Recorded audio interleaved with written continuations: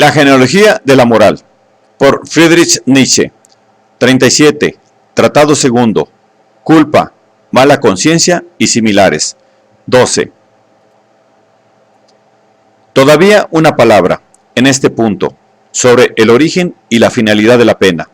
Dos problemas que son distintos, o deberían serlo. Por desgracia, de ordinario se los confunde. ¿Cómo actúan, sin embargo, en este caso, los genealogistas de la moral habidos hasta ahora? De modo ingenuo, como siempre, descubren en la pena una finalidad cualquiera. Por ejemplo, la venganza o la intimidación. Después colocan despreocupadamente esa finalidad al comienzo, como causa fiendi, causa productiva de la pena, y ya han acabado.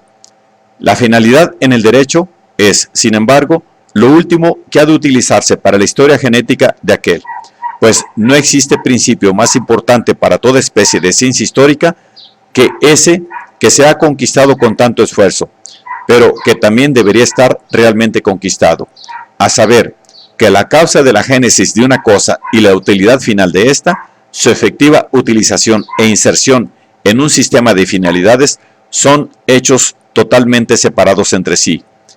Que algo existente, algo que de algún modo ha llegado a realizarse, es interpretado una y otra vez por un poder superior a ello, en dirección a nuevos propósitos, es apropiado de un modo nuevo, es transformado y adaptado a una nueva utilidad.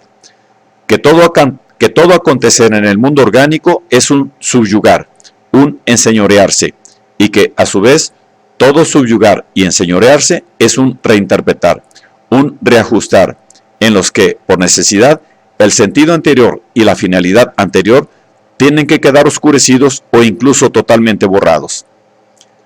Por muy bien que se haya comprendido la utilidad de un órgano fisiológico cualquiera, o también de una institución jurídica, de una costumbre social, de un uso político, de una forma determinada en las artes o en el culto religioso, nada se ha comprendido aún con ello respecto a su génesis, aunque esto pueda sonar muy molesto y desagradable a oídos más viejos, ya que desde antiguo se ha creído que en la finalidad demostrable, en la utilidad de una cosa, de una forma, de una institución, se hallaba también la razón de su génesis, y así el ojo estaba hecho para ver, y la mano estaba hecha para agarrar.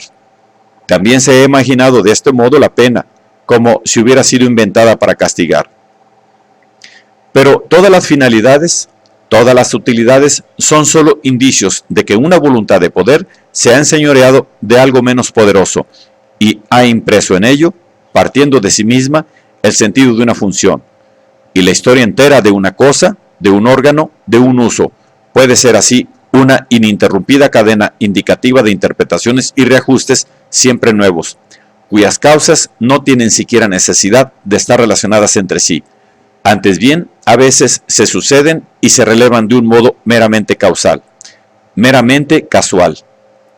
El desarrollo de una cosa, de un uso, de un órgano, es, según esto, cualquier cosa antes que su progresus hacia una meta, y menos aún un progreso lógico y brevísimo, conseguido con el mínimo gasto de fuerza y de costes, sino la sucesión de procesos de avasallamiento más o menos profundos, más o menos independientes entre sí, que tienen lugar en la cosa, a lo que hay que añadir las resistencias utilizadas en cada caso para contrarrestarlos, las metamorfosis intentadas con una finalidad de defensa y de reacción, así como los resultados de contracciones afortunadas.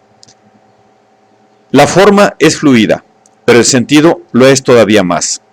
Incluso en el interior de cada organismo singular, las cosas no ocurren de manera distinta.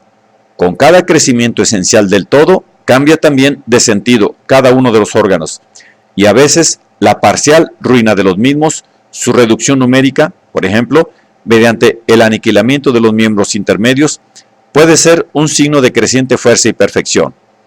He querido decir que también la parcial inutilización, la atrofia y la degeneración, la pérdida de sentido y conveniencia, en una palabra, la muerte, pertenece a las condiciones del verdadero progresus, el cual aparece siempre en forma de una voluntad y de un camino hacia un poder más grande, y se impone siempre a costa de innumerables poderes más pequeños. La grandeza de un progreso se mide, pues, por la masa de todo lo que hubo que sacrificarle. La humanidad, en cuanto masa, sacrificada al florecimiento de una única y más fuerte especie hombre, eso sería un progreso. Destaco tanto más este punto de vista capital de la metódica histórica, cuanto que, en el fondo, se opone al instinto y al gusto de época hoy dominantes, los cuales preferirían pactar incluso con la casualidad absoluta, más aún con el absurdo mecanicista de todo acontecer, antes que con la teoría de una voluntad de poder que se despliega en todo acontecer. La idiosincrasia democrática opuesta a todo lo que domina y quiere dominar, el moderno misarquismo, por formar una mala palabra para una mala cosa, de tal manera se han ido poco a poco transformando y enmascarando en lo espiritual. En lo espiritual, que hoy ya penetran y les es lícito penetrar paso a paso en las ciencias más rigurosas, más aparentemente objetivas. A mí me parece que se han enseñoreado ya incluso de toda la fisiología y de toda la doctrina de la vida, para daño de las mismas, como ya se entiende, pues les han escamoteado un concepto básico, el de la auténtica actividad.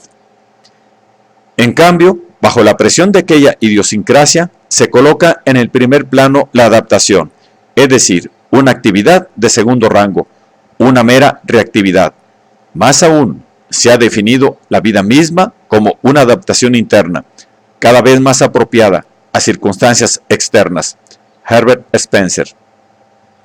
Pero con ello se desconoce la esencia de la vida, su voluntad de poder. Con ello se pasa por alto la supremacía de principio que poseen las fuerzas espontáneas, agresivas, invasoras, creadoras de nuevas interpretaciones, de nuevas direcciones y formas, por influjo de las cuales viene luego la adaptación. Con ello se niega en el organismo mismo el papel dominador de los supremos funcionarios, en los que la voluntad de vida aparece activa y conformadora. Recuérdese lo que Huxley reprochó a Spencer, su nihilismo administrativo, pero se trata de algo más que de administrar.